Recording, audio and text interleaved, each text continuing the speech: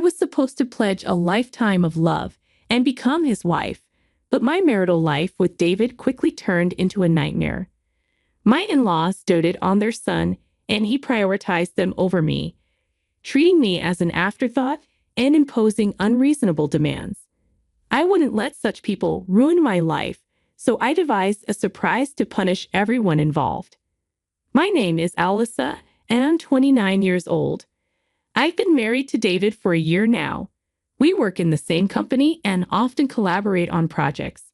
Although I don't have a college degree, I have more experience at the company, having been there longer than David. Despite being a high school graduate, my strong sales performance earned me a decent salary. The company values ability over academic background. David, who is capable and highly trusted by his colleagues, was a boyfriend I could be proud of. I fell for him and gladly accepted his proposal, and we happily became a married couple. However, my in-laws began to interfere in our relationship. One day, when we visited their house, my mother-in-law suddenly said to David, "Hey David, are you really okay with marrying Alyssa? You've always excelled in both studying and sports, yet you chose someone as mediocre as Alyssa." My father-in-law nodded in agreement. "Yeah, at first glance, she seems like an average young woman with nothing special about her." David responded, "Ah, that's what you're talking about. It's fine. I love Alyssa." Despite his reassurance, my mother-in-law gave me a sidelong glance that cut deep. I felt worthless, but I had worked hard to take on adult responsibilities. I cursed them in my mind, but held my tongue to maintain a peaceful marital life, avoiding conflict with my in-laws as much as possible. On another occasion, my in-laws started complaining in front of me. "Hey David, are you really okay with your current workplace?" My mother-in-law asked, "Isn't it a place where even high school graduates like Alyssa can work?" David replied, "The pay is good, and I have good colleagues." My father-in-law added, "You're too smart to stay in a place with high school graduates. There must be many other good jobs out there." They tried to persuade David while glancing at me, believing that responding would mean losing. I didn't react, but I was seething inside. What's with that tone? I do my job right, and there's no difference in work whether you're a high school graduate or not. In fact, sometimes I earn more than David does. It's safe to say that I don't have a good impression of my in-laws, who judge based on academic background or appearance. However, they don't physically bully me, and I don't suffer much direct harm. I told David up front that I was a high school graduate, and knowing that, he said, "I love everything about Alyssa. I take pride in my achievements at a company that values ability over academic background." Despite my in-laws' disparaging remarks, I always believed David was on my side. However, an incident shattered that belief. One day, out of nowhere, David said something unbelievable. "Hey, I've been thinking. I've decided to switch to a different job." "What? What are you talking about all of a sudden?" "Well, I was talking to my parents, and I realized our company even hires high school grads like you, Alyssa. I mean, I have a college degree, so there must be a better job out there for me." "Are you serious? You're making fun of both me and the company, aren't you?" "But it's true, isn't it? There's no need for me to work at a job that even a high school graduate can do. Plus, my mom said she could introduce me to a job through someone she knows." "Stop it. We are blessed with a good work environment, and now you say something like this. You're nagging." I finally realized I'm not someone who should be stuck in a place like this. It became clear that his parents had influenced him, and he convinced himself he deserved better. The very next day, without discussing it with me, he submitted his resignation and casually left the company only a year into our marriage. David switched to a factory job introduced by his mother, where his salary dropped to about half of what it was. The only advantage was that it was close to home, making commuting easier. About a week after starting the new job, he began to complain about the factory. That guy, even though he never went past middle school, has the nerve to tell me what to do, he shouted, scattering his clothes around. I stepped in to stop him. Why are you so angry? If you make such a loud noise, it's going to bother the neighbors. Shut up. Why does a university graduate like me have to be bossed around by a low-level middle school graduate? Well, you just started there. It can't be helped. He's your boss, right? I don't care. He can't even study, but he has the nerve to boss me around. Damn it. Who's the real problem here? What can a newcomer do without instructions from the boss? You chose to switch jobs, so bear with it a little. I know that already. Will he be able to continue at his current workplace?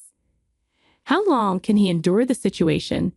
Nevertheless, my admonitions only worsened his mood.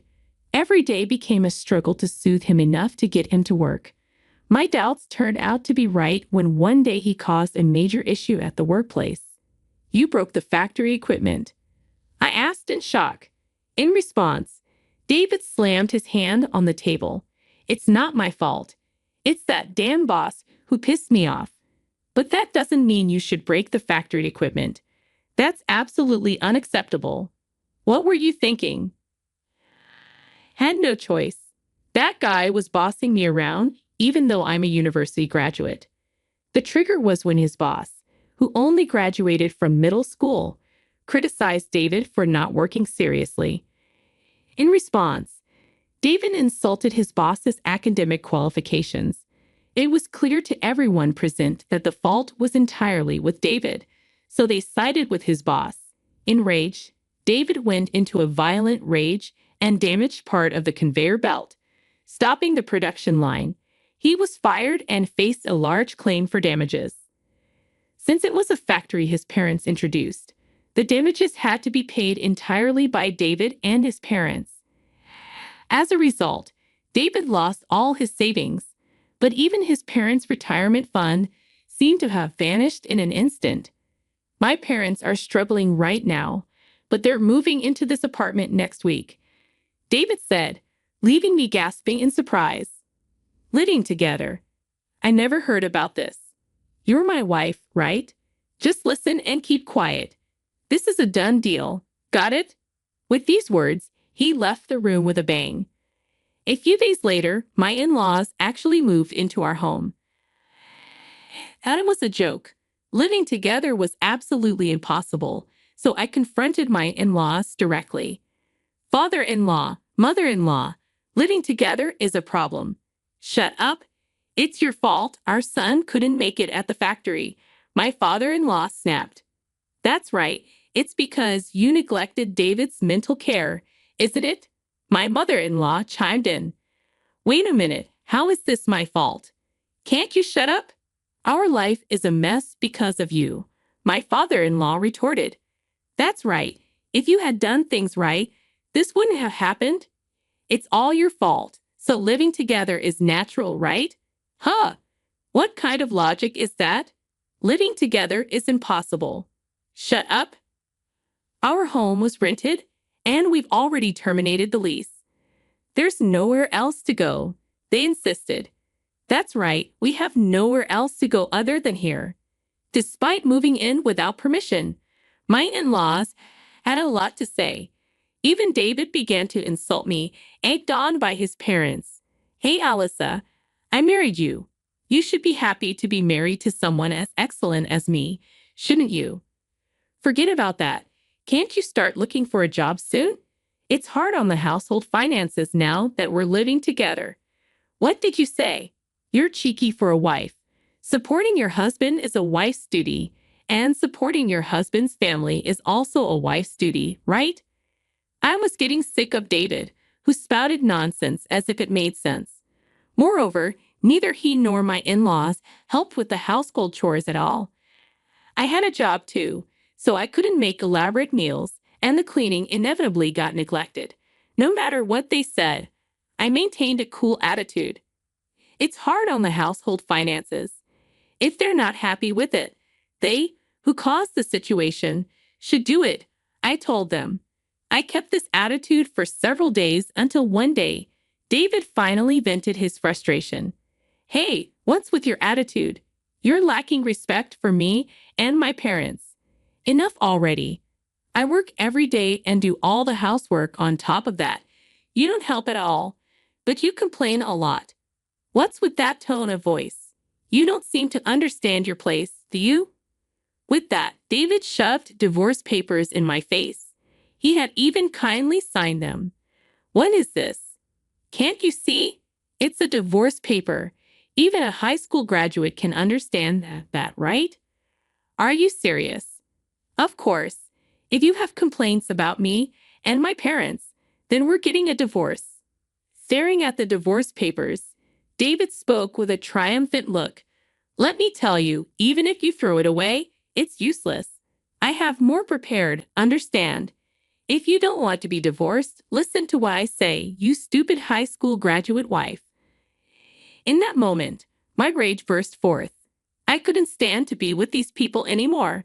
Since he went to the trouble of preparing it, I'd put it to good use. Clutching the divorce papers, I began to plot my revenge.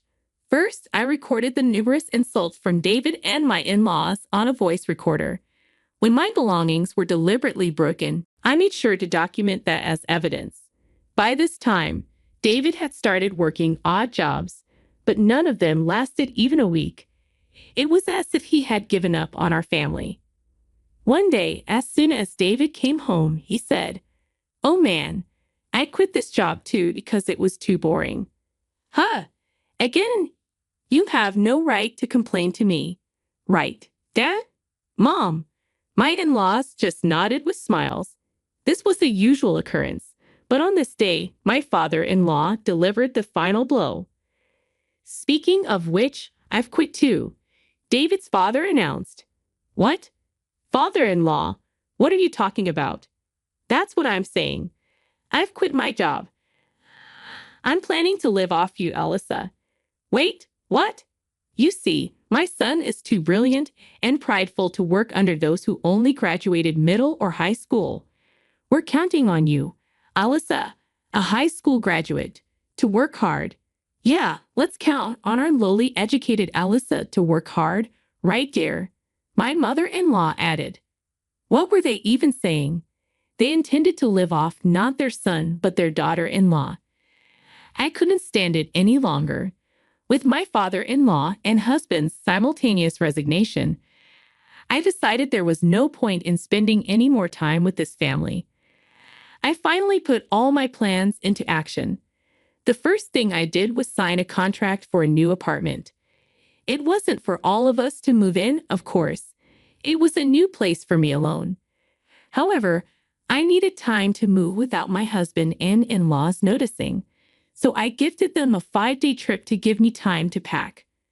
Upon receiving the trip ticket, my mother-in-law was thrilled. A trip? Oh, Alyssa, you do have a knack for these things every once in a while. I owe a lot to you all. Are you sure, Alyssa?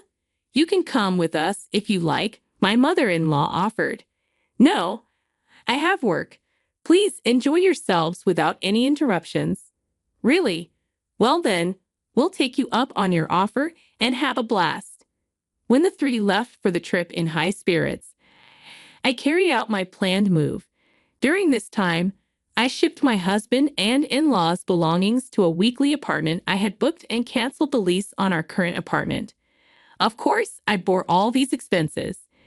It was a painful outlay, but I decided to consider it a necessary expense for my revenge. A few days later, my husband, who had just returned from the trip, called me. Hey, what the hell is going on? I can't unlock the door. With a smirk at the sound of my husband's frantic voice, I calmly responded, I suppose I've already canceled that apartment. What? Canceled? What are you talking about? Explain properly. For now, I've stored all our belongings in a weekly apartment nearby. Feel free to do as you wish from there. What? What does that mean? You're always doing as you please. If you get too cocky, you'll pay for it later. Are you threatening me? Should I call the police? Damn it, my husband cursed. How dare you, my foolish wife? I dropped a bombshell. Oh, I'm not your wife anymore. What? Such a selfish act. You think it's acceptable. Taking a deep breath, I spat out, sorry, but I don't need your permission. You've made fun of me for being a high school graduate long enough, and now you've quit your jobs to become dependent. I'm done with you. Enjoy your family life without me. Hey, you must be kidding. I didn't really mean to divorce. Why should I listen to you at this point? We're strangers now. I don't care what happens to you at all. Please wait. You've enjoyed looking down on people, haven't you? I can easily imagine your struggles, and it makes me laugh. Go as low as you can with your family, you trash. I said and promptly hung up the phone. After that, David kept badgering me with phone calls, but I ignored them all. Later, David and my in-laws caused a ruckus at the entrance of the apartment building, dramatically damaging part of the mailbox, which ended up becoming a police matter. Apparently, they were taken away as is. Ultimately, they were asked to pay for the damages to the mailbox, adding to their debts. Truly, they are a hopeless family. The lease for the weekly apartment where I had set their things was about to expire. Since they did not know my new address, they couldn't rely on me. I couldn't help but wonder how David, who quit his job at the same time as his father and his stay-at-home mother, were going to survive from here on out. To make matters worse, my in-laws had even canceled the lease of their rented family home. I could almost see them sinking into a bottomless swamp. I couldn't help but admire my well-executed plan. I don't know how they're going to survive from here on out, and frankly, I don't care.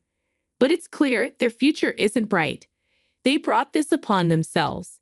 On the other hand, I am living carefree in my new home alone.